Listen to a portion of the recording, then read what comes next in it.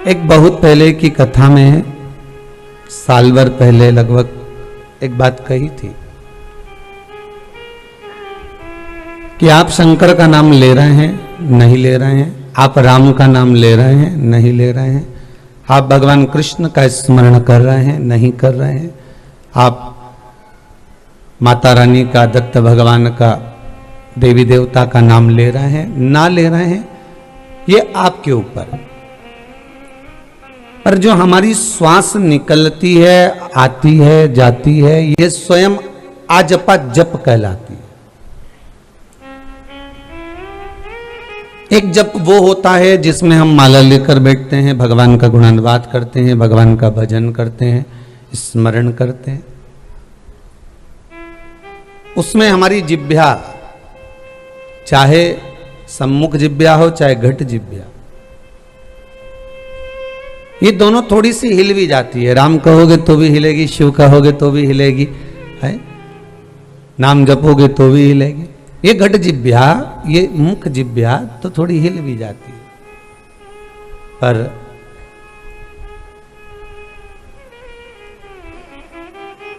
आजपा जप में कोई जिह्वा नहीं हिलती। आजपा जप में तो केवल एक काम होता है कि जब हमारी श्वास निकलती है, जब हमारी श्वास सम्मुख में आती है, प्रकट होती है, आती है, जाती है, तो वो स्वयं भी भगवान का नाम लेकर ही जाती है।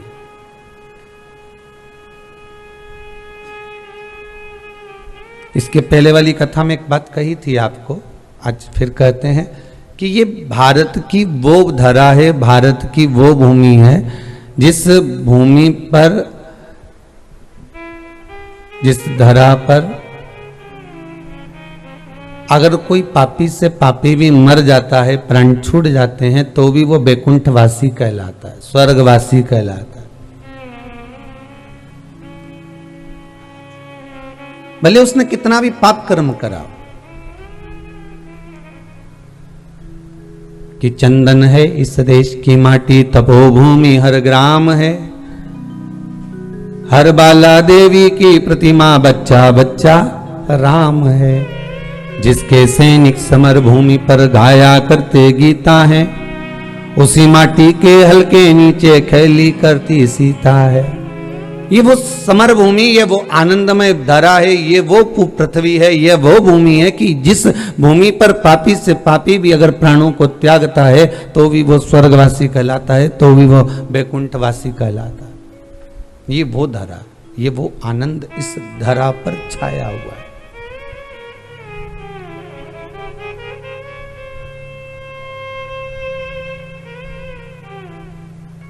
कितना कपट, कितना छल, कितनी बेईमानी, कितना प्रपंच आप कहां दुनिया से छुपा सकते हो, पर भगवान से छुपेगा कुछ?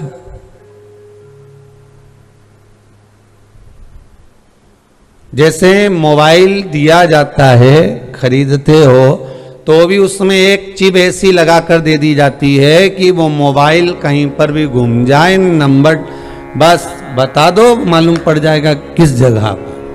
भगवान जब मनुष्य को पैदा करता है, माता के गर्भ से जब बच्चा जन्म लेता है, उसमें भी एक चिप फिट कर दी जाती है कि ये जितना पाप करे, छल करे, कपट करे, बेईमानी करे, भजन करे, कीर्तन करे, नाम जाप करे, स्मरण करे, दान करे, पुण्य करे, सत्कर्म करे, ये सब परमात्मा के खाते में लिखाती जा रही है, कंप्यूटर में डायरेक्ट फिट।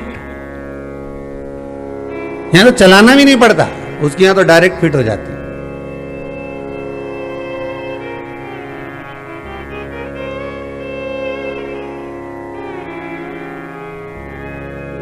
और हम दिन रात चिंता में लगे रहते हैं, दिन रात ये सोचते रहते हैं क्या होगा। वो कहे ना, फिक्र खा गई सभी को, फिक्र जगत का पीर, जो खा गया फिक्र को उसका नाम फकीर।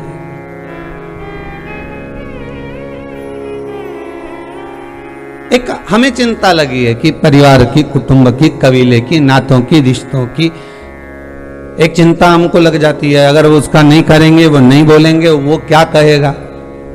अरे सीधी सीधी शिव महापुराण की कथा कहती है, आग लगे बस्ती में अपन रहो मस्ती में, क्या किसको रोइए चादर तान के, सो ये जगत का काम है उंगली उठाना, जगत का काम है अपशब्द कहना, जगत का काम है ताने देना, जगत का काम है अग्रण्य भाव में तुम्हारे पांव को खींचना। पर हम क्यों चिंता करें? हमें क्या पड़ी, हमको क्या करना है?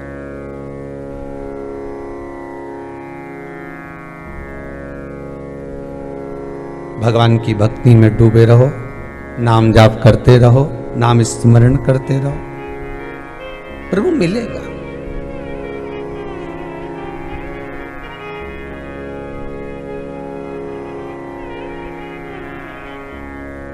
अगर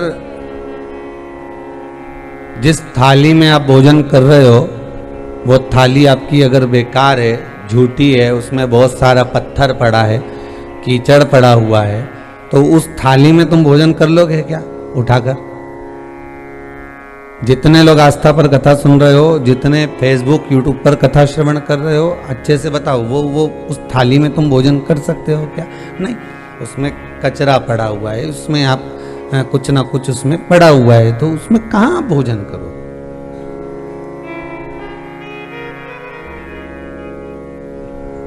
उसमें आप कैसे भोजन करो? एक संत एक दरवाजे पर पहुंचे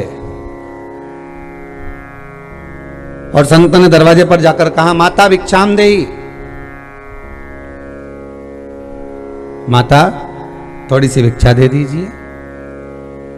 माता जी अंदर से आई, आकर उन्होंने कुछ दिया और देते देते माता जी बोली, महाराज कुछ ऐसा बता जाओ कि आत्मा में शांति हो जाए, हम तो बड़े परेशान हो गए या संसार सागर से, हम बड़े दुखी हो गए। अब महाराज भी मन में सोचे, बताओ दे रही है और कह रही है कि कुछ ऐसा बता जाओ जिससे इस आत्मा की शांति हो जाए, इस मन को थोड़ी सी धीरजता बन जाए, इस मन को थोड़ी सी शांति हो। महाराज जी बोले, काम करूं मैं आपको कल बता दूंगा। ठीक है। संत दूसरे दिन फिर भिक्षा मांगने आ गए, माते भिक्षाम देही, माता थोड़ी सी भिक्षा दे दीजिए।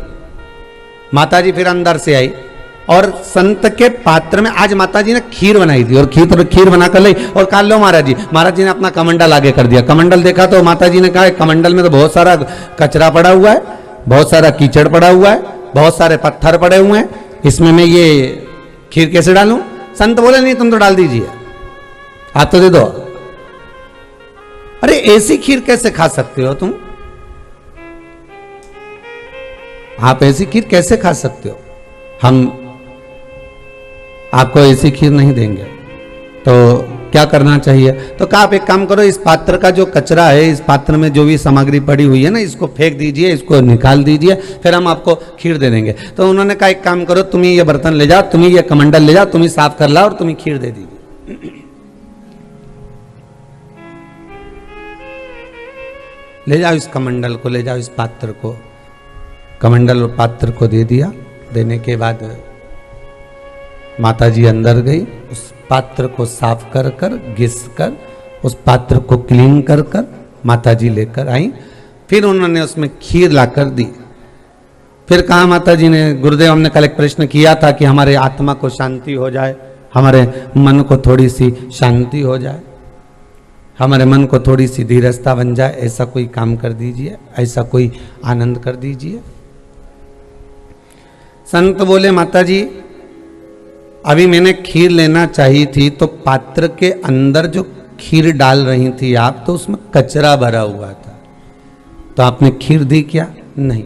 फिर आपने क्या करा? पात्र को साफ कर कर लेकर आई, कमंडल को धोकर लेकर आई, और कमंडल को धोकर लेकर आई, साफ कर कर लेकर आई, तब जाकर उसमें तुमने खीर दी है, तब आपने उसमें खीर दी है। अगर इस आत्मा की शांति चाहते हो, इस मन की शांति चाहते हो, तो एक काम जरूर करिएगा। आत्मा की शांति के लिए एक काम जरूर करिएगा। क्या? जैसे बर्तन को साफ करा तब उसमें खीर रखाई है, बर्तन को साफ किया गया तब उसमें खीर डाली गई।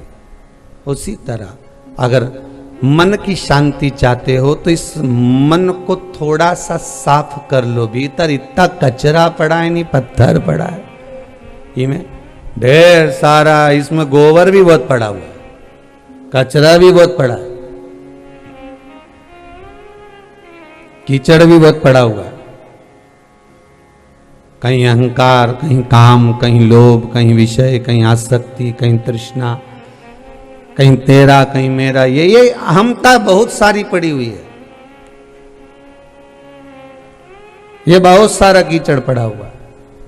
इस कीचड़ को साफ करोगे, पात्र को साफ करोगे, जब कीचड़ साफ हो जाएगा, पात्र साफ हो जाएगा, तब कीचड़ साफ होने पर, पात्र साफ होने पर फिर इसमें खीर आप डाल सकते हो। उसी तरह मन जब क्लीन हो जाए, मन जब साफ हो जाए,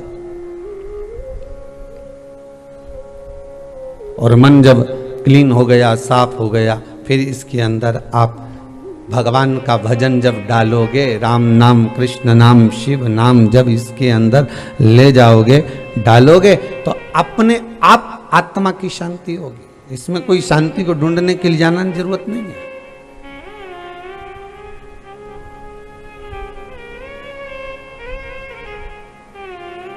फिर हमें कहीं ढूंढना नहीं है उसको, फिर हमें ढूंढने नहीं जाना है उसको। महाराज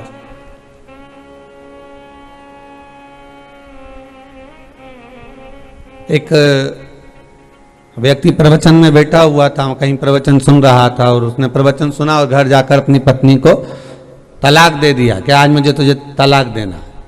पत्नी बोली काय को देना, तुम तो प्रवचन में गए थे, प्रवचन में अच्छी चीज सीख के आते हैं कि तलाक सीख के आते हैं?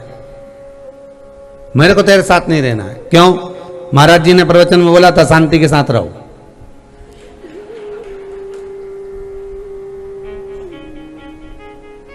अब मैं तेरे साथ नहीं रह सकता।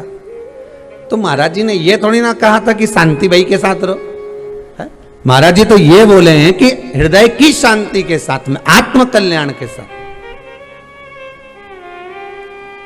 ये दुनिया के लोग बहुत बहुत जल्दी गलत भाव निकाल लेते हैं। दुनिया के लोग कहा कुछ, महाराज जी कुछ बोलेंगे, संत कुछ बोलेंगे, गुरु कुछ बोलेंगे, शास्त्र की रीति कुछ चलती है, और समझने वाला कुछ वो होता ना। ये एक गुरुजी निकल कर जा रहे थे, और गुरुजी निकलते निकलते जाते जाते उन्होंने देखा एक तालाब में बहुत सारी मछली इतनी सारी थी, पानी थोड़ा सा कम था। इतना सा पानी तालाब के अंदर, मछली बहुत सारी। गुरुजी ने सोचा करें क्या, गुरुजी विचार करें, अब करा क्या जाए। उनके साथ एक चेला भी चल रहा था। अब उन्होंने क्या देखा कि इतनी सारी मछली तालाब के अंदर है और पानी कम है, तो गुरुजी ने क्या करा, मछली को उठाया, निगलना चालू करा, मुख में डालते गए डालते गए डालते गए और निगल गए। चेले ने सोचा बताओ, गुरुजी तो प्रवचन में कहते हैं कि मांसाहार नहीं करना चाहिए, और ये तो संत ही पूरी निपटा गए, ये तो गुरुजी ही निपटा रहे, और जिंदा की जिंदा ही डाले जा रहे। अब इसको चेले को लगा कि अब अपन काय को छोड़े, तो इसने भी उठाई और निकल गया, उठाई निकल गया। संत और चेला दोनों आगे आगे चले, गुरु और चेला आगे आगे जाते। जाने के बाद में बड़ा सा तालाब आया, बहुत सारा पानी भरा हुआ था। इतना सारा पानी, संत ने देखा पानी बहुत सारा, संत ने अपना पेट दबाया और कहा हार हार महा। जैसे ही मुंह को खोला, सारी मछली बाहर। अब मछली तो बाहर आ गई, इतने में अब संत बोले तू निकाल।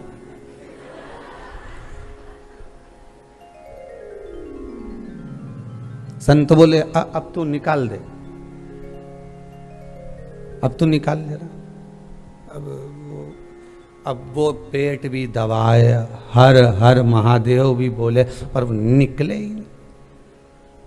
क्योंकि संत, साधु, सन्यासी, तपस्वी, साधक, उपासक, भगत, भगवान के उपासना करने वाला, भगवान की भक्ति करने वाला, भगवान का स्मरण करने वाला जो करता है, वो दुनिया का कोई व्यक्ति नहीं कर सकता। हम दूसरे को देखकर संकट सोमवार का व्रत तो कर लेते हैं, हम दूसरे को देखकर संकट सोमवार का व्रत रख लेते हैं कि उसने करा है एक बेलपत्री का व्रत, उसने करा है चूरमे का व्रत, उसने करा है मिश्री का व्रत, मैं भी करूंगी मिश्री का व्रत, और उसने मिश्री का व्रत कर भी लिया। अब चूरमे का करती थी तो एक टाइम चूरमा खा लेती थी, पर अब जब से मिश्री का करा, जब जब सोमवार आता ना तो रविवार से बीमार पड़ जाती।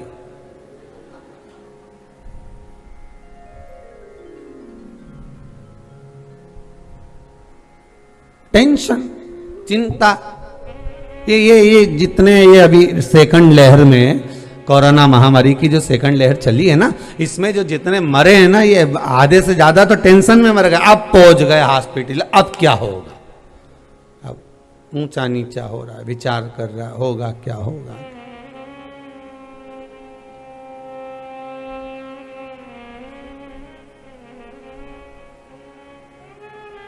आधे से ज्यादा का विचार बस वो उसी में चले गया।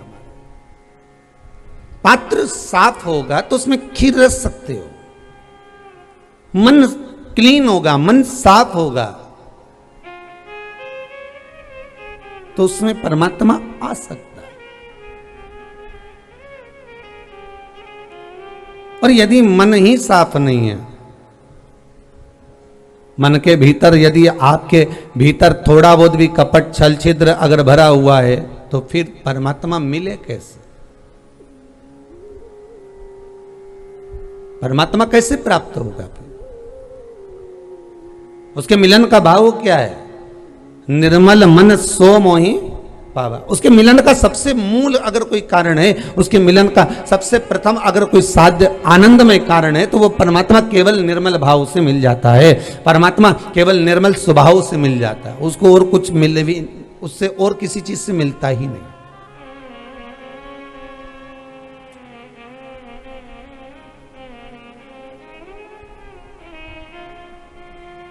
अब एक बहुत सरल सी बात कहूं आपको, शायद कथा के माध्यम से आप अपनी जिंदगी में उतारें। मंदिर में वीआईपी जो मंदिर होते हैं, बहुत अच्छे अच्छे बड़े बड़े जो मंदिर होते हैं, उन मंदिरों में, उन मंदिरों के भीतर ध्यान देना कि आपने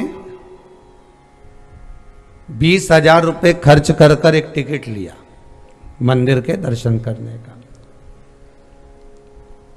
कितने का लिया है? जम के बोलो जरा। 20,000 रुपये। कोई ने 25,000, कोई ने 50,000, कोई ने 20,000, कोई ने 30,000, कोई ने 1,00,000 रुपये का टिकट लिया मंदिर में जाने का, दर्शन करने का। और एक व्यक्ति लाइन लगाकर खड़ा हुआ है, बहुत लंबी लाइन में लगा हुआ है। अब तुमने तो सोचा कि मैं 25,000 जमा कर दूंगा, 20,000 जमा कर दूंगा, भगवान का दर्शन कर लूंगा, भगवान मुझे मिल जाएगा। और एक 4 दिन से तिरुमाला में हमने देखा लोग 2-2 दिन से, 3-3 दिन से लाइन लगाकर खड़े हो, 24-24 घंटे लाइन लगाकर खड़े रहते। एक धर्म के धक्के खा रहा है, लाइन लगाकर खड़ा हुआ है। और एक टिकट, ऑनलाइन टिकट आया, बुक करा, आप गए, टिकट दिखाया, प्रवेश कर दिया, जाइए अंदर जाकर दर्शन कर लीजिए। पर कभी आपने जाकर तिरुमला में दर्शन किया होगा, तिरुपति में जाकर कभी आपने दर्शन करा होगा, तो तिरुमला तिरुपति में अगर आप जाकर दर्शन करेंगे तो वहाँ एक चीज़ देखने को मिलेगी आपको कि 50 रुपये का टिकट, 100 रुपये का टिकट, 500 का टिकट, 1000 का टिकट, चाहे 10,000 का टिकट, चाहे 5,000 का टिकट, ये सब लाइन अलग अलग चलती है। पर जब मंदिर में प्रवेश होता है, भगवान के मंदिर में जब दरवाजे से अंदर प्रवेश करते हो, चाहे 50 का हो, चाहे 500 का हो, चाहे 100 का हो, चाहे 1000 का हो, चाहे 20,000 का, चाहे 10,000 का, सब भगवान के दरवाजे पर जाकर एक साथ हो जाते हैं। वहाँ ना 50 की लाइन अलग होती है, ना 100 की लाइन अलग होती है, ना वहाँ 500 की लाइन होगी, ना वहाँ 1000 की लाइन होगी, वहाँ सब एक हो जाएंगे। वहां सब एक हो गए। फिर वहां 50 की लाइन नहीं है, वहां 100 की लाइन नहीं है, वहां 500 की लाइन नहीं, वहां 1000 की लाइन नहीं है, वहां सब एक हो गए। शिव महापुराण की कथा यही कह रही, शंकर का अनुमोदन शिव तत्व यही कह रहा है। शिव महापुराण यही वर्णन कर रही है कि परमात्मा, तुम्हारी दृष्टि में यह हो सकता है कि ये धनपति है, ये गरीब है, ये करोड़पति है, ये ऐसा है, वो ऐसा है, पर शिव के सामने सब उसके लाखों दीवाने बड़े से बड़े उसके चरणों में कंकड़ माटी से पड़े, उसके तो हजारों लाखों भगत हैं, उस सब एक जैसे हैं उसके, कोई बड़ा नहीं कोई छोटा नहीं। कौन बड़ा? शिव का डमरू डम डम बोले, अगम निगम के भेद ये खोले। उसके सम्मुख में कोई बड़ा नहीं, उसके सम्मुख में कोई छोटा नहीं, उसके लिए सब बराबर, सबकी लेवलिंग बराबर।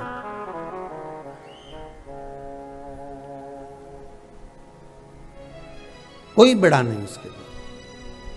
बस जिसने मन से, दिल से, चित्तवृत्ति से, अपने भाव से भगवान को भुलाया है, भगवान उसके लिए दौड़कर आया है।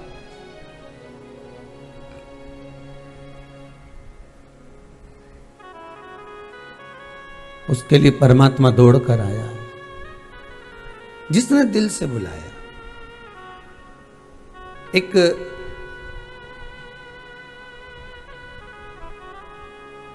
बारह वर्ष की बेटी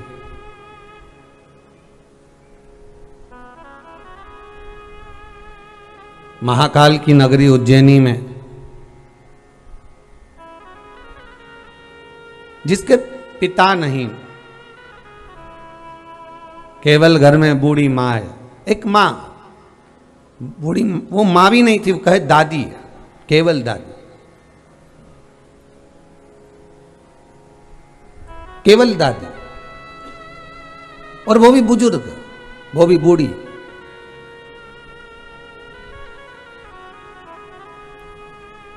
वो बच्ची गुलाब का फूल इकट्ठा करती कहीं बगीचे से, एकाग्रित कर कर सब दूर बेच कर आ जाती, पैसा लाती, दादी को देती, दादी उससे अपना घर चला लेती।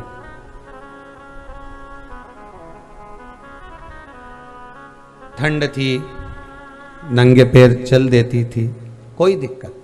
बारिश थी, नंगे पैर चल देती, कोई दिक्कत नहीं। गर्मी तपने लगी, बहुत बहुत गर्मी बढ़ गई, बहुत गर्मी बढ़ गई।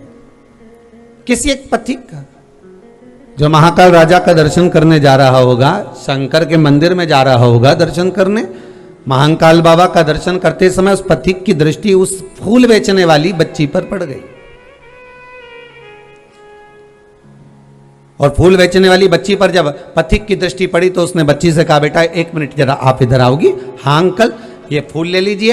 अंकल ने कहा फूल तो हम ले लेंगे, हमारे साथ चलो। सामने साइड में दुकान थी जूता चप्पल की, उसने उसको चप्पल पहनवा दी। बच्ची बाहर निकली और बाहर निकलकर बोली, अंकल आप भगवान हैं?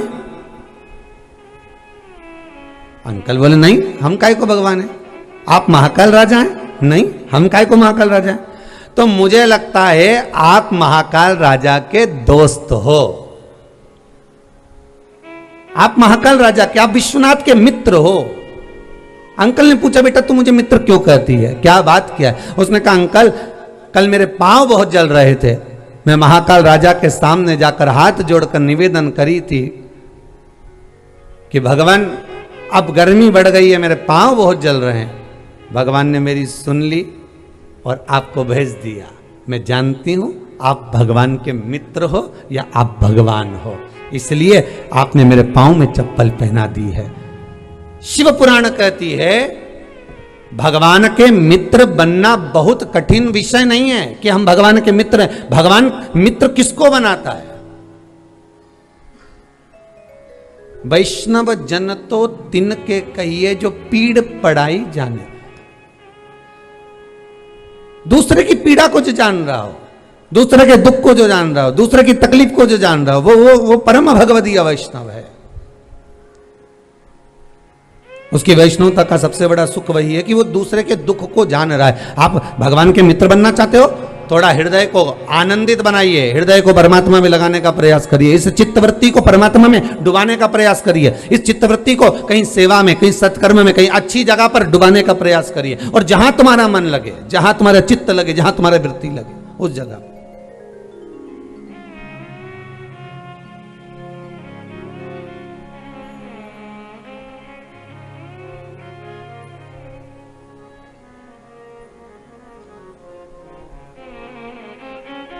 महाराज।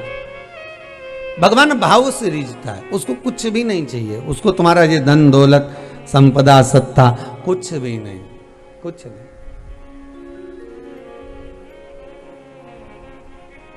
भगवान से प्रार्थना करें, निवेदन करें, शंकर जो तुम्हारे चरणारविंद में हमारा चित्त लगा हुआ है, जो तुम्हारे चरणों में हमारा मन लगा हुआ है, वो छूटे ना।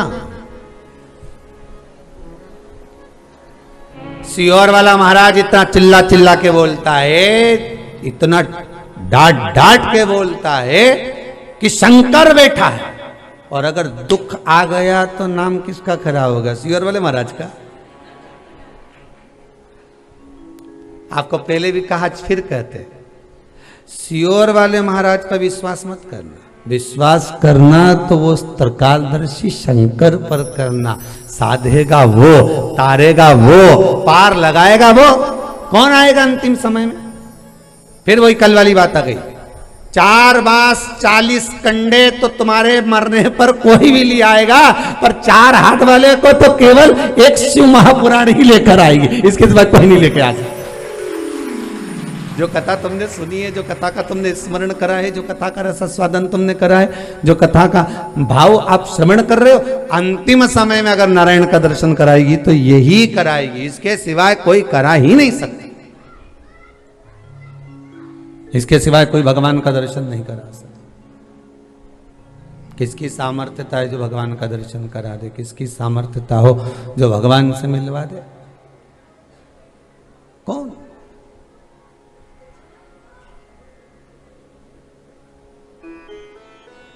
एक कुष्मांड ऋषि हुए, बड़े भगत थे, शिव के उपासक थे।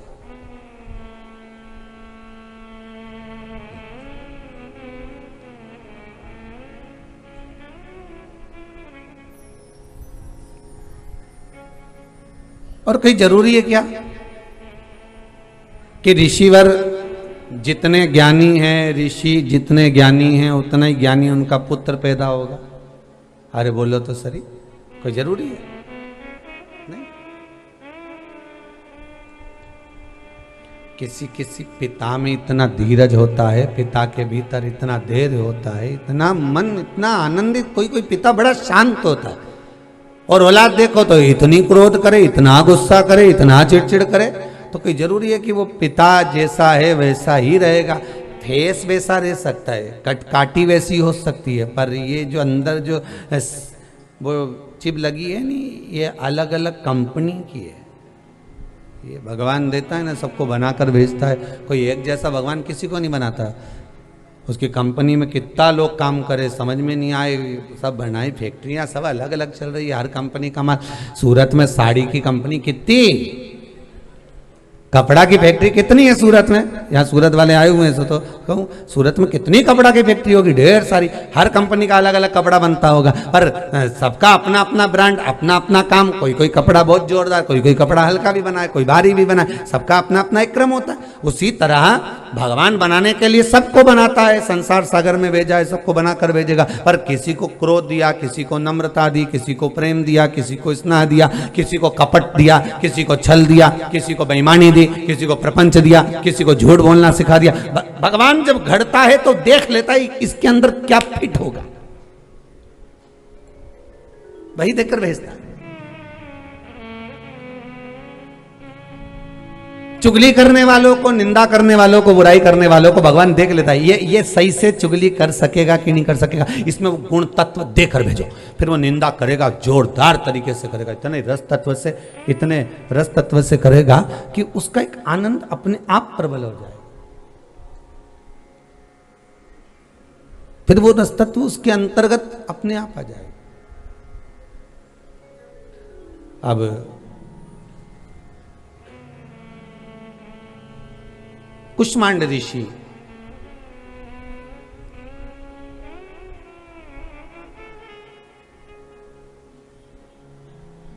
कली काल में, कलियुग में, सतयुग में सबसे पहला पार्थिव शिवलिंग का निर्माण सतयुग में माता उमा, सती, कात्यायनी, कुष्मांडा, चंद्रघंटा, स्कंदा आदि करी, पार्वती मैया करी। त्रेता में पार्थिव शिवलिंग का निर्माण स्वयं मेरे राजा रामचंद्र भगवान ने करा। लंका पर चढ़ाई करते समय सुंदर शिवलिंग का निर्माण किया। द्वापर में शिवलिंग का निर्माण स्वयं भगवान कृष्ण करे, यमुना जी के घाट पर। आपको पहले कथा में वर्णन कर चुके हैं, यमुना के घाट पर पार्थिव शिवलिंग का निर्माण भगवान कृष्ण ने भी किया है।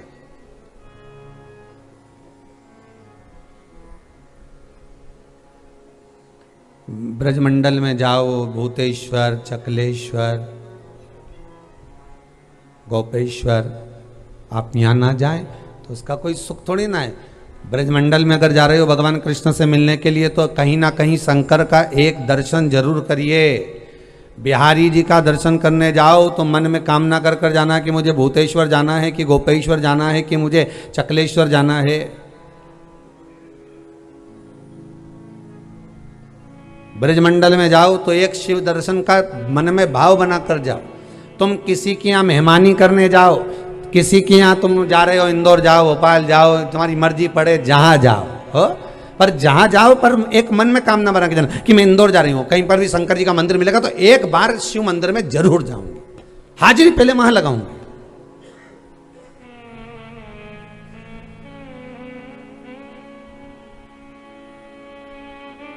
छोरा देखने जाओ, छोरी देखने जाओ, जिस गांव में छोरा छोरी देखने जाओ पहले वहां के शंकर जी के पास जाओ। तुम्हारे यहाँ आए हैं, गांव की छोरी को देखने आए हैं, लड़की का नाम ये है, ये इसका गोत्र है, इसका पिताजी का नाम ये है, दादाजी का नाम जानते नहीं क्योंकि तुम हो, इसी गांव के हो नहीं तो तुम हो, और माताजी का नाम ये है। छोरे को साथ में लेकर आए हैं, हमारे लिए अच्छा हो, लड़के के लिए अच्छा हो, श्रेष्ठ हो तो पक्का कर देना। अगर नी जमे कि छोरे के लिए अच्छा नहीं है और भले कितनी भी अच्छी हो पर अच्छा नहीं है छोरे के लिए, तो हाथ जोड़ के निवेदन है यही समाप्त। अब पक्का कौन करेगा? अब बोलो कौन पक्का करेगा? शंकर। कैंसिल भी कौन करेगा? शंकर। अब अपने को टेंशन नहीं लेना, अब सौंप दिया इस जीवन का सब भार तुम्हारे हाथों। अब अपने को टेंशन नहीं लेना, अब अपने को विचार नहीं करना है, अब अपने को बिल्कुल विचार कर कर नहीं चलना, छोड़ दिया।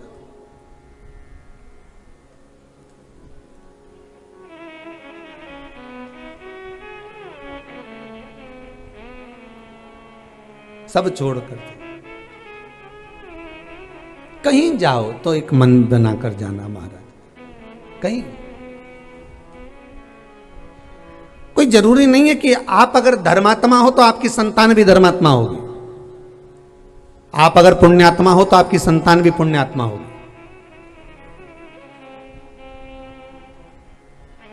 कई लोग कह देते हैं इनके पिताजी इतने बड़े दानी थे महाराज, क्या दान पुण्य करते थे, क्या भजन करते थे, क्या उनकी भक्ति में डूबे रहते थे, क्या जोरदार। तो हमने कहा औलाद, तो क्या औलाद का क्या किया, दिन भर वह दुकान उन पे बैठा रहे, गप्पे मारता रहे, और बेचारा बाप दिन भर काम धंधा करता, कार्य करता, भजन करता, शाम को फ्री होता, कथा सत्संग में चले जाता, और औलाद दिन भर गप्पा मारे, दिन भर।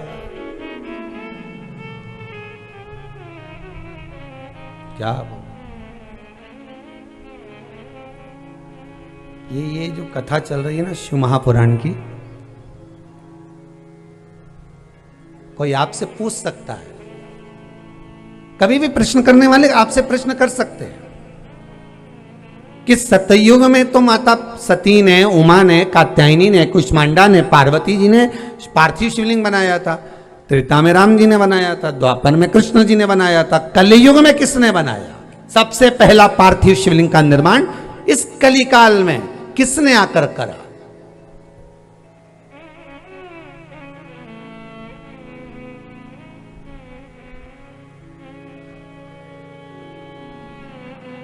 मट्टी का शिवलिंग, पार्थिव शिवलिंग का निर्माण इस कलिकाल में, सावन के महीने में सबसे पहले किसने निर्माण करा? तो आप कह सकते हो कुष्मांड ऋषि के पुत्र मंडप ने।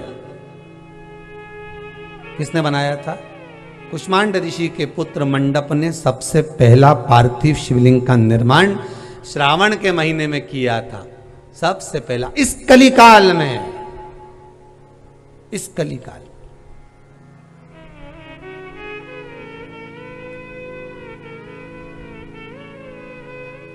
पर गुरुदेव अभी तो आप कथा में कह रहे कि कोई जरूरी है कि पिता अगर धर्मात्मा होगा तो पुत्र धर्मात्मा होगा, पिता पुण्यात्मा होगा तो पुत्र भी पुण्यात्मा होगा?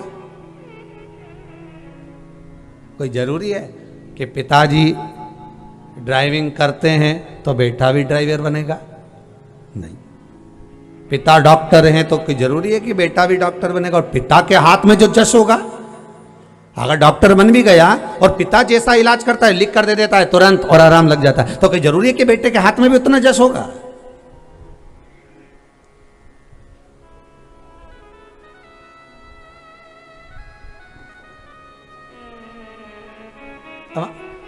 कई कई जगह हमने देखा है तो वो कहते हैं महाराज जी ये इनकी जो क्लिनिक है ना, यहाँ पर जो डॉक्टर साहब बैठते थे, इनके पिताजी जो बैठते थे ना, अरे गुरुदेव पिताजी तो केवल हाथ देखते थे और दवाई लिख के दे देते थे और तुरंत आराम लग जाए। अब पिताजी कहाँ चले गए? तो क्या तो चले गए, छोरा है, तो फिर अब दवाई तो वही है गुरुदेव, पर समझ में नहीं आए कि छोरा भी देखे पर आराम लगता है, पर बहुत बाद में, पर इसकी तो एक दवाई तुरंत आराम, समझ में नहीं आता। तो कोई जरूरी नहीं कि पिता जो करेगा वही बेटा करेगा और बेटा वो सी, नहीं। कुष्मांड ऋषि के पुत्र मंडप, और कुष्मांड जी इतने धर्मात्मा, इतने धर्मात्मा, इतने धर्मात्मा, पुण्य भजन कीर्तन स्मरण ऋषियों की गिनती में आते हैं कुष्मांड जी। और कुष्मांड ऋषि के पुत्र मंडप, और मंडप जब बड़े हुए, और जब बड़े हुए तो पिता से बिल्कुल विपरीत हुए, एकदम विपरीत।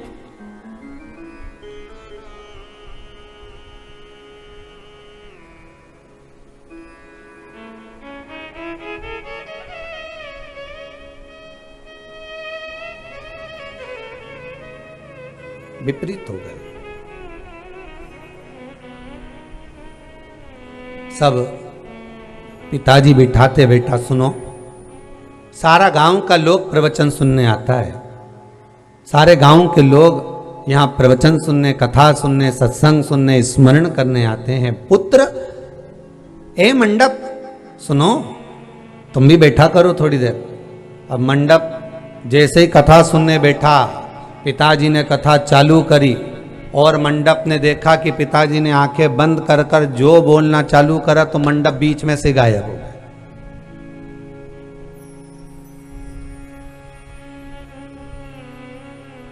एक बात कहूंगा तो बड़ा आनंद होता है इस हृदय को। एक सहज भाषा में कहूं आपको कि इस विठलेश सेवा समिति में लोग जो फोन लगाते हैं ना, सोमणी जी, राठी जी, अब हम बोले आपको, सोनी जी, इस विठलेश सेवा समिति में जो लोग फोन लगाते हैं वो लोग एक बात जरूर कहते हैं कि गुरुदेव जब से कथा चल रही है तो बच्चों में जागरूकता उत्पन्न हो गई, बहुओं में जागरूकता उत्पन्न हो गई। बहुएं कॉपी लेकर बैठती हैं कि गुरुजी कुछ बताएंगे तो हम लिखेंगे तो उसको फिर बाद में अपने मायके में, परिवार में, कुटुंब में, कबीले में कहीं ना कहीं बता देती हैं, ऐसा कर लीजिए, उससे ये फल की कामना होगी, उससे ये प्राप्त हो जाएगा।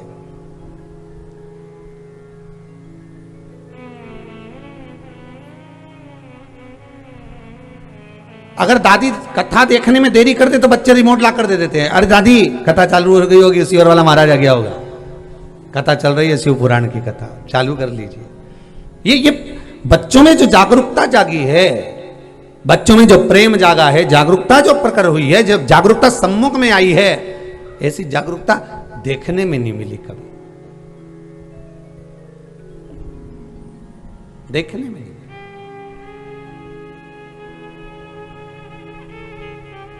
मोबाइल पर, फेसबुक पर, यूट्यूब पर शिव महापुराण की चर्चा, थोड़ी सी कथा चालू हुई और इन्होंने देखना, भले कुछ भी कर रहे हैं, गाड़ी चला रहे हैं, दुकान पे बैठे हैं, ऑफिस में बैठे हैं, काम कर रहे हैं, पर अपनी चित्तवृत्ति लगा कर रखे।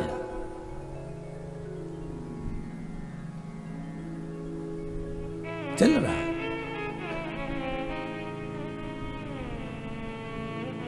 अब कुष्मांड ऋषि के पुत्र मंडप भग जाते, चले जाते, गए, इतने उद्दंडी हो गए, इतने उद्दंडी हो गए कि सारे गलत काम में डूब गए। ऐसा कोई काम नहीं बचा था जो कुष्मांड ऋषि के पुत्र ने नहीं किया हो। ऐसा कोई काम नहीं बचा था।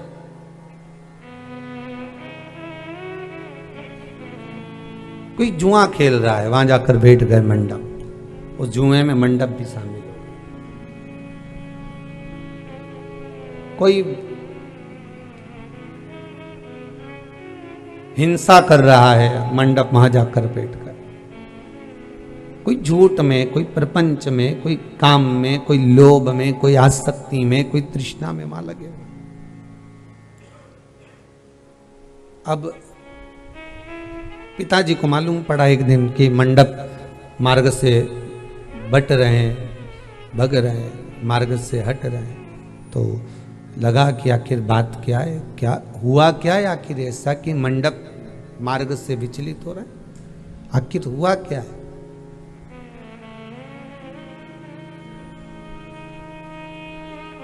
पिताजी ने बुलाया मंडप को, कुष्मांड ऋषि ने, मंडप इधर आओ। हाँ पिताजी, क्या आज्ञा है, बोलिए। मंडप, जब प्रवचन चालू होता है, कथा चालू होती है, सत्संग चालू होता है, तो तू कहां भग जाता है, तू कहां चले जाता है। पिताजी कुछ बता नहीं पाया, मंडप बस चुप रहा। समय आ गया, मंडप के दो दोस्त बन गए, मित्र बन गए, एक नादीप, दूसरा पठार। एक नादीप, दूसरा पठार। पठार और नादीप दो मित्र बन गए।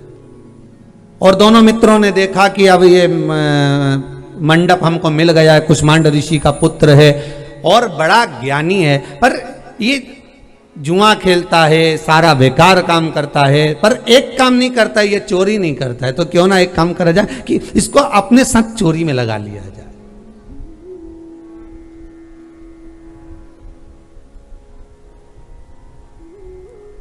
और चोरी करने वाला जो होता है ना, वो अपना पूरा ग्रुप बनाने का प्रयास करता है। ये झूठ बोलने वाले जो होते हैं ना, पूरा ग्रुप बना लेते हैं। कपट करने वाले जो होते हैं ना, ये पूरा ग्रुप बना लेते हैं। किसी के लिए अपशब्द कहने वाले होते हैं ना, ये अपना पूरा ग्रुप बना लेते हैं।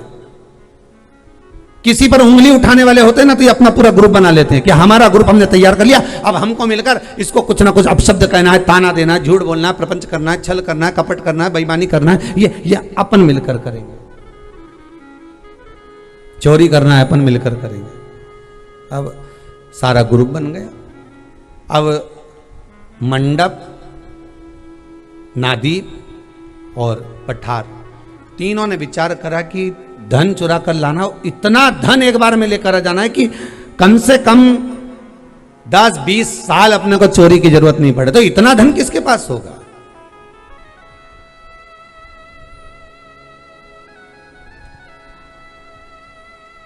अगर इतना धन होगा तो होगा किसके पास।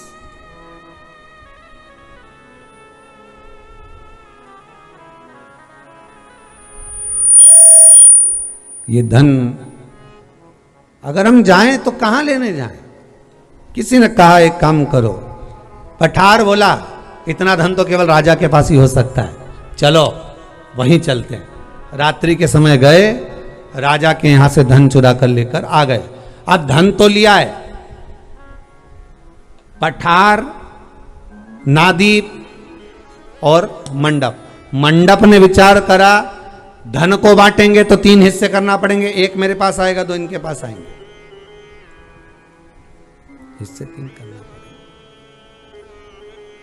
एक हिस्सा मेरे पास आएगा, 2 हिस्सा इनके पास जाएगा, धन के 3 हिस्से होंगे। एक काम ऐसा करता हूं कि ये तीनों हिस्से मेरे पास मिल जाए, कोई जरूरी है कि इनको दिया जाए।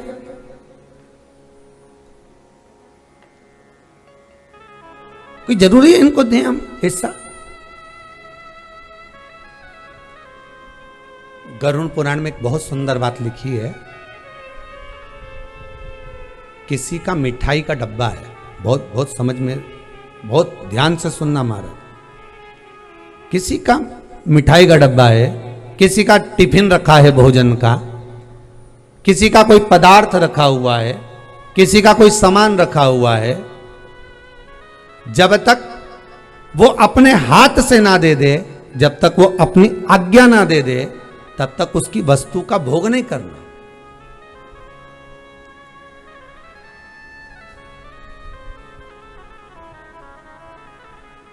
आप अगर पानी की बोतल आपके पास में नहीं है, मान लो आपके पास पानी की बोतल नहीं है और आपको प्यास लग रही है, या तो सामने वाले व्यक्ति से आप प्रार्थना कर सकते हो, कह सकते हो कि भाई हमको प्यास लग रही है, हमको पानी चाहिए, आप हमें जल दे दीजिए, हमें बहुत तेज प्यास लग रही है, हमें पानी दे दीजिए। या तो आपको प्रार्थना करना चाहिए। और मान लो प्रार्थना करी, उसने नहीं दिया और आपने कहा इतना सारा पानी भरा भरा रखा बोतल का, उठाया और पी लिया, तो उसमें दोष है।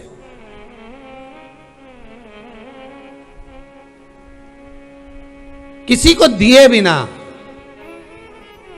किसी की वस्तु को स्वयं हथिया लेना, स्वयं किसी की वस्तु को अपना बना लेना, इसका दोष है। 94 नरकों में से एक नरक व्यक्ति को भोगना पड़ता है। 94 नरकों में से एक नरक मनुष्य को भोगना है। इन 94 नरकों में से एक जगह उसको जाना पड़े, भोग है, उसको भोगना है। अब पाप और पुण्य दोनों बड़े विचित्र हैं, बहुत ध्यान दीजिएगा महाराज। शक्कर कौन कौन ने खाई है?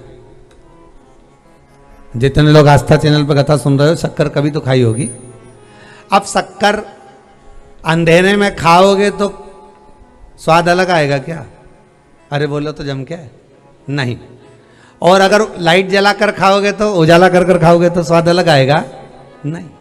शक्कर चाहे अंधेरे में खा लो चाहे उजाले में खा लो, शक्कर मीठी ही लगेगी, खारी नहीं हो जाएगी, नमक नहीं डल जाएगा उसमें, मिर्ची नहीं डल जाएगी उसमें, मसाला नहीं डल जाएगा। शक्कर वही है, तुम अंधेरे में खाओ चाहे उजाले में खाओ। उसी तरह शिव महापुराण की कथा कहती है, व्यक्ति के अच्छे कर्म बुरे कर्म, अगर अच्छा कर्म वो उजाले में कर रहा है चाहे अंधेरे में कर रहा है, उसका कर्म का लेख उसके भाग्य में लिख दिया जाता है। और बेकार कर रहा है तो बेकार लिख दिया जाता है।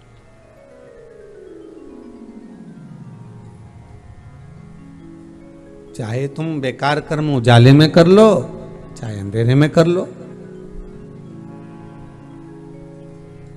लाइट बंद है, मैं चोरी कर लेता हूं। लाइट बंद है, मैं थोड़ा सामान चुरा लेता हूं, मैं थोड़ा सामान अपनी जेब में रख लेता हूं।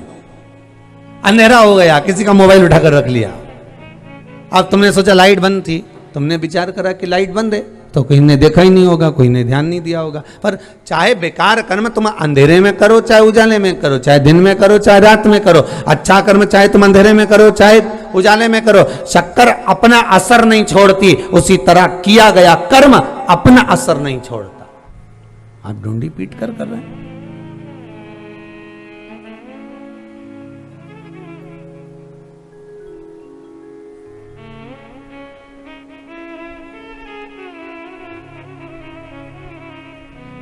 जब तुम्हारी मर्जी पड़े तब करो।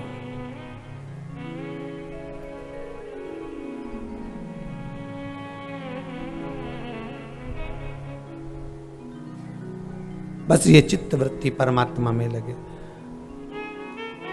मंडप, नवदीप, पठार और नवदीप का जो धन था, मंडप ने उसको अपना कर लिया। अब देने को तैयार नहीं, दे ही नहीं रिया, देने को ही तैयार नहीं है।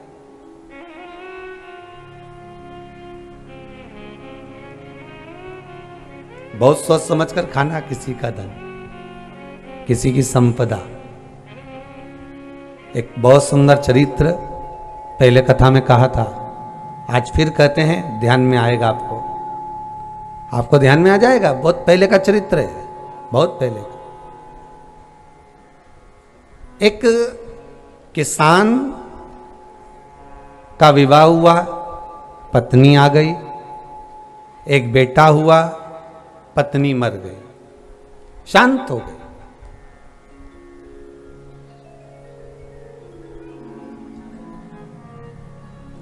उसने दूसरी शादी कर ली।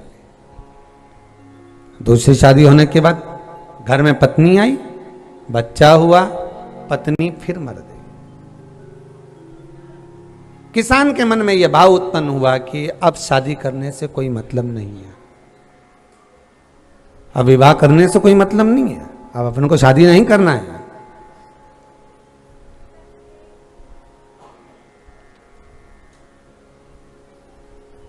दोनों बच्चों को उसने पाल पोस कर बड़ा किया। बड़े बेटा बड़ा हो गया, उसकी शादी कर दी। शादी करे हुए केवल 2 साल निकले थे और 2 वर्ष के बाद पिता जो था वो शांत हो गए।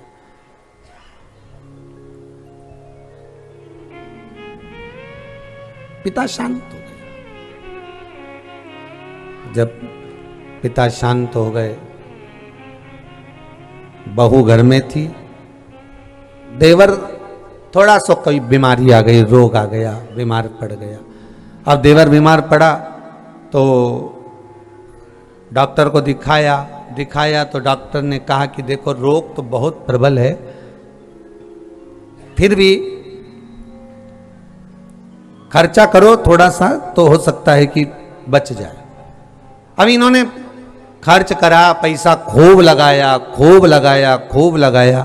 खर्च भी खूब करा।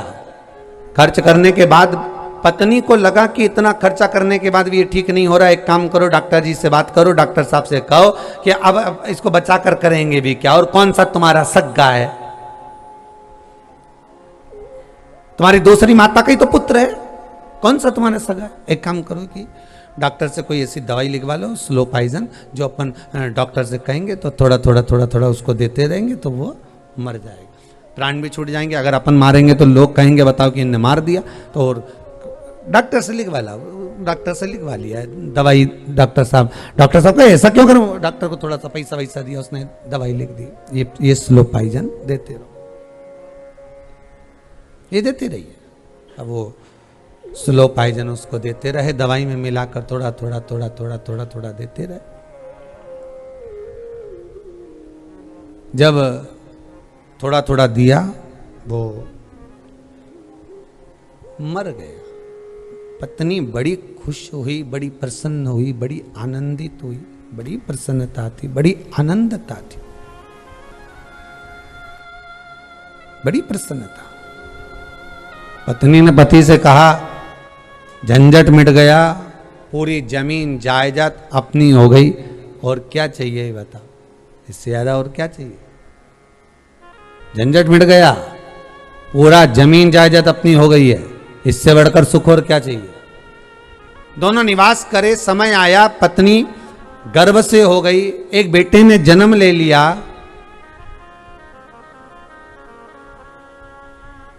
बेटा बड़ा हो गया, शादी हो गई, बहू घर में आ गई, 6 महीने हुए, बेटा बीमार पड़ गया,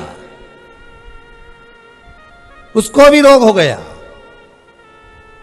सारा पैसा लगा दिया पिताजी ने, माताजी ने, सारी जायदाद लगा दी, जमीन बेच कर लगा दिया, ठीक नहीं हुआ।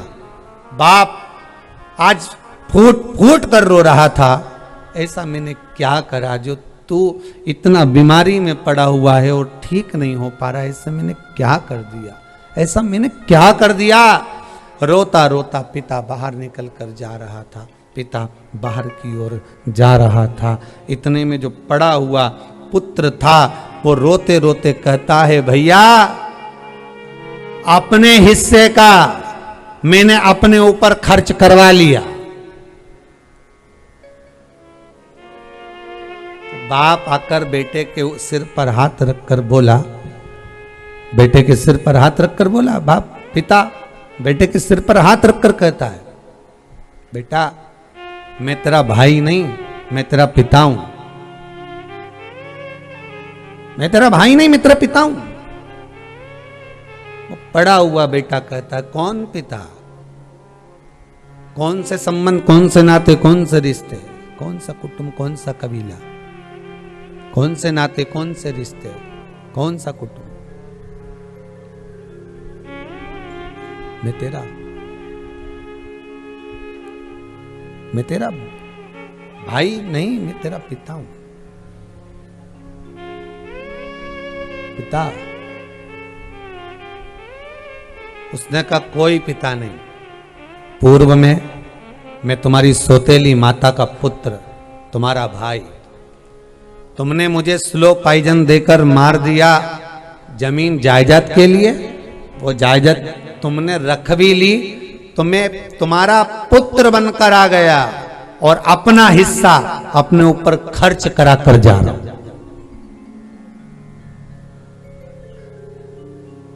कोई दूसरा नहीं, अपना हिस्सा अपने ऊपर खर्च करा कर जा रहा हूं। इसलिए फिर निवेदन करूंगा, मैं बारंबार निवेदन करूंगा, मत बुरे कर्म कर बंदे वरना पछताएगा। भगवान की आंखों से तू बच नहीं पाएगा, तू बच नहीं पाएगा। बड़ा मुश्किल है बचना।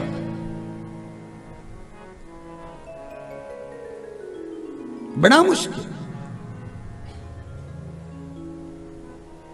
अच्छा कर्म करोगे अच्छा मिल जाएगा। कुष्मांड ऋषि को लगा कि मंडप और मंडप के दोनों मित्रों ने मिलकर धन एकत्रित करा, चोरी करी, पैसा इकट्ठा कर लाए, धन एकत्रित कर लाए, चोरी कर लाए। और मंडप ने विचार करा कि इनको मैं दूंगा नहीं और अपना कर रख लूंगा। और मंडप ने नवदीप और पठार दोनों का धन रख लिया।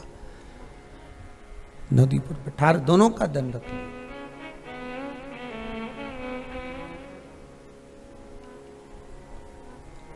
तीनों में विवाद हो गया, तीनों में झगड़ा हो गया, तीनों में विवाद, तीनों में झगड़ा। पठार ने कहा, नवदीप ने कहा, पठार और नवदीप दोनों बोले। पठार भी बोला, नवदीप भी बोला। पठार और नवदीप दोनों बोल रहे हैं।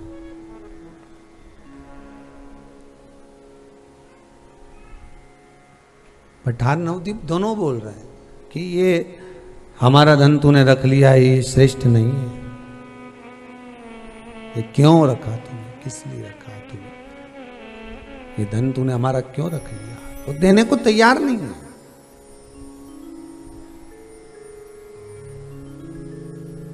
मंडप जो चोरी का धन था उसको लेकर गया और चोरी के धन को ले जाकर मंडप ने, चोरी के धन को ले जाकर मंडप ने वैश्या के पास में रख दिया। वैश्या से हेत कर लिया, वैश्या के पास में रखा। और वैश्या से स्नेह। एक बात मैं आज के बच्चों को कहना चाहूंगा, नवयुवक टीम को कहना चाहूंगा, धन जब बढ़ता है, रुपया जब बढ़ता है, धन जब बढ़ता है, पैसा जब बढ़ता है, सत्ता वैभव जब बढ़ता है, धन जब बढ़ता है, तो तीन मित्र आपके बन जाते हैं, ताली, थाली और प्याली। प्रशंसा करने वाले, होटल में खिलाने वाले और मदिरा पिलाने वाले। ये तीन बढ़ जाते हैं।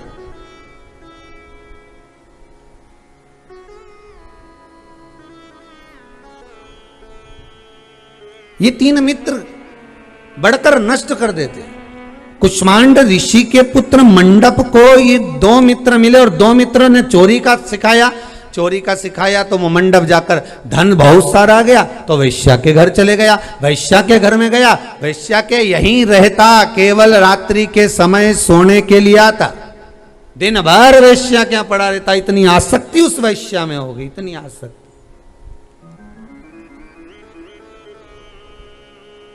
और इतनी आसक्ति उस वेश्या में हो गई कि चित्त एक क्षण के लिए, एक मिनट के लिए, एक पल के लिए, एक घड़ी के लिए नहीं रह रहा। इतनी आसक्ति हो गई। अब तो कुष्मांड अब केवल रात्रि को आता है और रात्रि को कुष्मांड ऋषि मंडप को देखते हैं। कुष्मांड ऋषि मंडप को देखते हैं और कुष्मांड ऋषि ने जब मंडप को देखा और देखकर पूछा, बेटा रात्रि में तुम आते हो, केवल दिन भर गायब रहते हो, कहाँ जाते हो, क्या हुआ तुमको, क्या बात है, क्या हुआ, क्या है तुमको? कहा कुछ नहीं पिताजी, बस ऐसे ही। एक दिन वेश्या के यहां पर पलंग पर लेटा हुआ था। आज रात्रि को पिता के घर नहीं गया है मंडप। आज कुष्मांड ऋषि का पुत्र घर नहीं आया, रात्रि को बस पलंग पर सो रहा था। आधी रात को इसको प्यास लगी।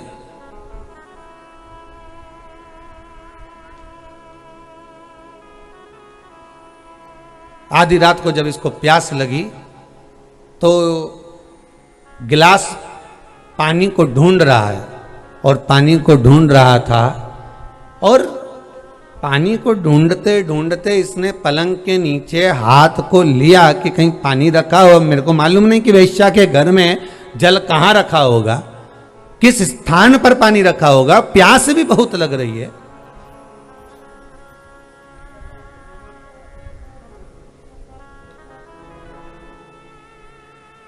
ना जाने जल कहां रखा होगा, ढूंढ रहा है। मंडप ने हाथ पलंग के नीचे करा तो एक पात्र हाथ में आ गया, एक पात्र हाथ में आया और पात्र जब हाथ में आया तो उसने उस पात्र को देखा तो उसको लगा कि इसमें पानी ही भरा होगा, गिलास में जल ही होगा, गिलास में पानी ही होगा। गिलास उठाया, पिया तो उसको स्वाद समझ में नहीं आया कि पानी का ये स्वाद कैसे बदल गया। आखिर ये गिलास में है क्या, क्या पदार्थ है, क्या रखा हुआ है, इसमें कोई स्वाद ही नहीं आ रहा, इसमें कोई स्वाद ही नहीं बैठ रहा। रात्रि को पी गया। सवेरे उठा, उठते से ही उसने सबसे पहले उठा और उठते से ही पूछा उस वैश्या से, रात्रि को मुझे बड़ी प्यास लग रही थी, बहुत तेज प्यास लग रही थी और मेरे को पानी नहीं मिला तो मैंने पलंग के नीचे हाथ को फेरा, एक गिलास मिला, उस गिलास में कुछ रखा था, मैं पी गया हूं, मैंने पी लिया है। क्या था वो, क्या था जो मैंने पिया, था क्या वो? तो कहा, वैश्या ने कहा वो और कुछ नहीं थी, मदिरा थी जो तुमने पिया।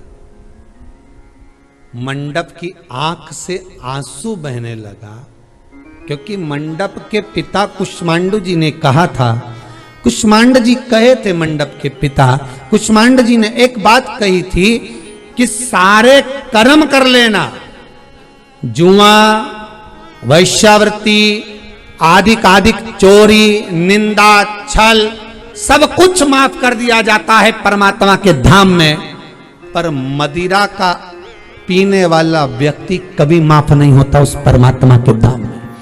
यह कुष्मांड ने कही अपने पुत्र के सामने, मंडप के सामने ये बात रख दी। एक बार सम्मुख में ये बात आ गई मंडप के सामने।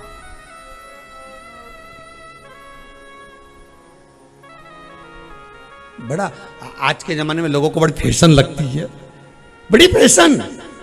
ये बड़े बड़े जो लोग होते हैं ना, इनको बड़ा फैशन लगता है। बताओ, हमारे वो मित्र दोस्तों पार्टी कर रहे हैं, बैठ रहे हैं, एंजॉय कर रहे हैं, तो करो नहीं एंजॉय, पार्टी भी करो, पर जरूरी है कि मदिरा का पान करो? कहा कौन सा जरूरी कि मदिरा का पान करो? मदिरा का पान करो। अब ये कोई जरूरी है कि मदिरा का पान करना ही जरूरी है, मदिरा का पान ही करोगे तो ही पार्टी होगी? नहीं नहीं नहीं नहीं मारे नहीं।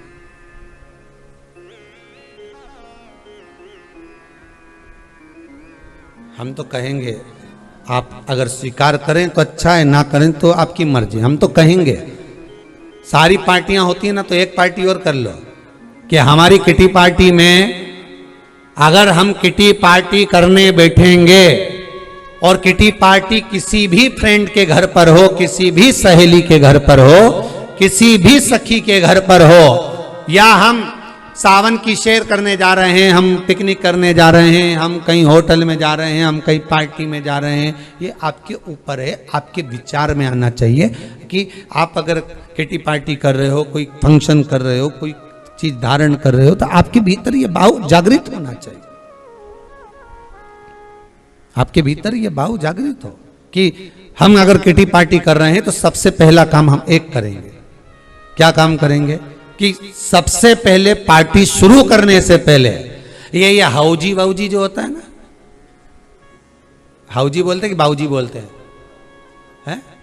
हाउजी, हाँ, हमें समझ में नहीं आया, हम तो सोचे बाऊजी बोलते होंगे तो हाउजी हो गया होगा। ठीक है, अब तो ये हाउजी करो, तुम जो कुछ करना है तुम बाद में करो, पर सबसे पहला पार्टी में बैठे हो, किटी पार्टी में बैठे हो, तो पहले सहेलियां विचार कर ले कि सबसे पहला काम एक करेंगे कि पार्टी चालू करने से पहले श्री शिवाय नमस्तुभ्यम का जाप 108 बार करेंगे। ओम नमः शिवाय 108 बार जपेंगे, राम नाम 108 बार जपेंगे, कृष्ण नाम 108, जिससे तुम्हारी अच्छी पटे हम उसको भगवान का भजन करेंगे। राम का कर सकते हो तो राम का, कृष्ण का करो तो कृष्ण का, शिव का करो तो शिव का, भवानी का करो तो भवानी का, तुम्हारी मर्जी पड़े उसका तुम भजन कर सकते हो। तुम्हारी चित्तवृत्ति में बैठना चाहिए बस।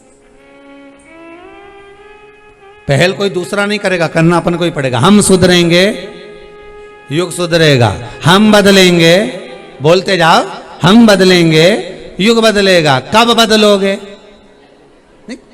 तारीख, तिथि, पल, घड़ी, क्षण निश्चित तो करना पड़ेगी ना कि अपन को बदलना कब है। तो अपन नियम बना लो। अब किटी पार्टी में तुम्हारा भी तो कोई महत्व होता होगा। तुम अगर पैसा जमा करती हो, सहेलियों को बुलाती हो, तो तुम्हारा भी तो कोई महत्व होगा। तो तुम कह दो सीधी बात की, हम देखो भाई, हमने सियोर वाला महाराज का मुंह से सुना है शिव महापुराण में, जब तक 108 बार श्री शिवाय नमस्तुभ्यम नहीं बोलेंगे, या राम नाम या कृष्ण नाम या जो भी सारी सहेलियां जो मन कर जाए वो जपो। हो सकता है उसमें कोई राम जी वाली होगी, शंकर जी का नाम ही लेना पसंद नहीं करे, हो सकता कोई कृष्ण वाली हो सकता कोई शंकर वाली, तो जिसका होता है। एक गांव के लोगों ने मिलकर मंदिर बनवाया। अब मंदिर बनवाया तो सारे गांव से चंदा इकट्ठा करा, चंदा इकट्ठा करके मन में विचार करा कि इसमें मूर्ति किसकी बिठाएं। तो एक जी बोले, एक बोले एक काम करो शंकर जी की बिठा दो। इनने शंकर जी की बिठा दी। अब केवल शंकर जी वाला जाए, ना राम वाला जा रहा, ना कृष्ण वाला जा रहा, ना देवी जी वाला जा रहा। बढ़िया आपत। अब इन्होंने सोचा करें क्या, तो इन्होंने कहा मन में कि पूरा गांव टूट रहा है, पूरा गांव एक साथ चले, पूरा गांव एकत्रित होकर चले, पूरा गांव इकट्ठा होकर चले, ऐसा कोई भगवान बिठा, सारा 7 जात का आदमी मंदिर के अंदर जाना चाहिए। तो इन्होंने शंकर जी के ठंडा कर दिया, राम जी के बिठा दिया। अब केवल राम वाला जाए, ना कृष्ण वाला जाए, ना शंकर वाला जाए, ना देवी जी वाला जाए। अब इन्होंने सोचा गांव के लोगों से पूछा अब क्या करें। गांव के लोग बोले अपना गांव टूट रहा है, ऐसा भगवान ढूंढो जो 7 जात का आदमी एक जगह बैठ के भगवान का भजन करे। इन्हें राम जी के भी ठंडा कर दिया, कन्हैया जी के बिठा दिया। अब कन्हैया जी के बिठाया तो केवल कन्हैया वाला जाए, ना देवी जी वाला, ना शंकर वाला, ना राम वाला। अब इन्हें कहा क्या करें, तो इन्हें कन्हैया जी के भी ठंडा कर दिया, देवी जी के बिठा दिया। अब देवी जी वाला जाए, ना शंकर, ना राम, ना कृष्ण। बड़ी आफत हुई। इन्हें देवी जी के भी ठंडा कर दिया, मंदिर में ताला लगा दिया, ताला लगा के चाबी रख ली, सरपंच साहब को दे दी, सरपंच साहब ने चाबी रख ली। अब गांव में एक संत आए, 2-4 साल बाद संत आ गया। संत के पास सारा गांव का लोग इकट्ठा होकर गया, संतों से जाकर निवेदन करा, गुरुदेव हमारे गांव में एक मंदिर, 7 जात का लोग उस मंदिर में जाता है और सारे गांव के लोगों ने चंदा इकट्ठा कर मंदिर बनवाया है, पर हमने राम जी बिठाया, शंकर जी बिठाया, शंकर वाला जाए, राम जी बिठाओ तो राम वाला जाए, कृष्ण जी बिठाओ तो कृष्ण वाला जाए, देवी जी बिठाओ तो देवी जी वाला जाए, पर बाकी का लोग नहीं जाता। ऐसा कोई देवता बता दो गुरुदेव कि 7 जात का आदमी, हर तरह का व्यक्ति सब एक जगह पर बैठकर भगवान का भजन करे, ऐसा कोई भगवान बता दो। तो इतने में संत बोले काम करो, ये मंदिर तोड़वा के होटल बनवा दो। 7 जात का आदमी एक जगह खाना पसंद करेगा, पर एक जगह बैठकर भजन गाना पसंद नहीं करेगा।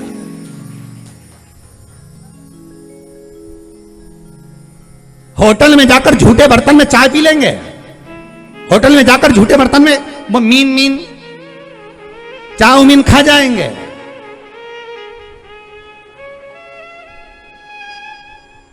और एक और चीज थी, बघार की बघार, हाँ जो भी हो, वो झूठे बर्तन में खा लेंगे, वो झूठे बर्तन में वो गुपचुप खा जाएंगे, पर तब आवाज नहीं आएगी कि झूठा है। कौन खाकर गया, कौन जात का, कौन समाज का, कौन बिरादरी का, कैसा खाकर गया। और भगवान का भजन करने की बारी आए तो हम कोई राम जी का मंदिर जाएं, हम कोई कृष्ण के मंदिर जाएं, हम कोई शंकर जी के मंदिर जाएं।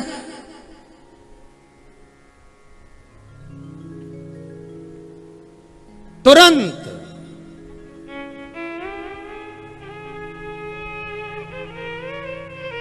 व्यक्ति भटक गया मार्ग से। मंडप जो गिलास में पड़ा था वो पी गया, मंडप पी गया। और मंडप जब पिया तो उसके बुद्धि में, चित्त में वो बात आ गई कि पिता ने कहा था कोई भी गलत काम करना पर मदिरा का पान मत करना, क्योंकि मदिरा का जो पान है वो 7 पीढ़ी को डुबा देता है। 7 पीढ़ी मुख में जाए ना। आज इसके मुख में चली गई, इसने सोच लिया क्या करा जाए।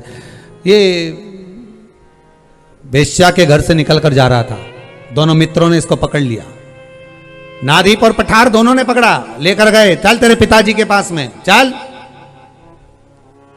पिताजी के पास में ले जाकर खड़ा कर दिया। अरे कुष्मांड ऋषि, आप इतने बड़े विद्वान और आपकी औलाद ऐसी, आपका पुत्र ऐसा। कुष्मांड के आंखों में जल भरा हुआ था, नैनों से अश्रु बह रहा था। कुष्मांड ऋषि रो रहे थे। बेटे के कारण बाप के चेहरे पर प्रसन्नता आ जाए, समझ लेना वो बेटा श्रवण कुमार ही है। समझना कथा को बहुत अच्छे से। बेटे के कारण पिता के चेहरे पर स्माइल आ जाए, समझ लेना बेटा कलयुग का श्रवण कुमार है। और बेटे के कारण बाप की आंख में आंसू आ जाए, समझ लेना औलाद कंस पैदा हो गई है, जो अपने पिता को ही जेल में ले जाकर डाल दी।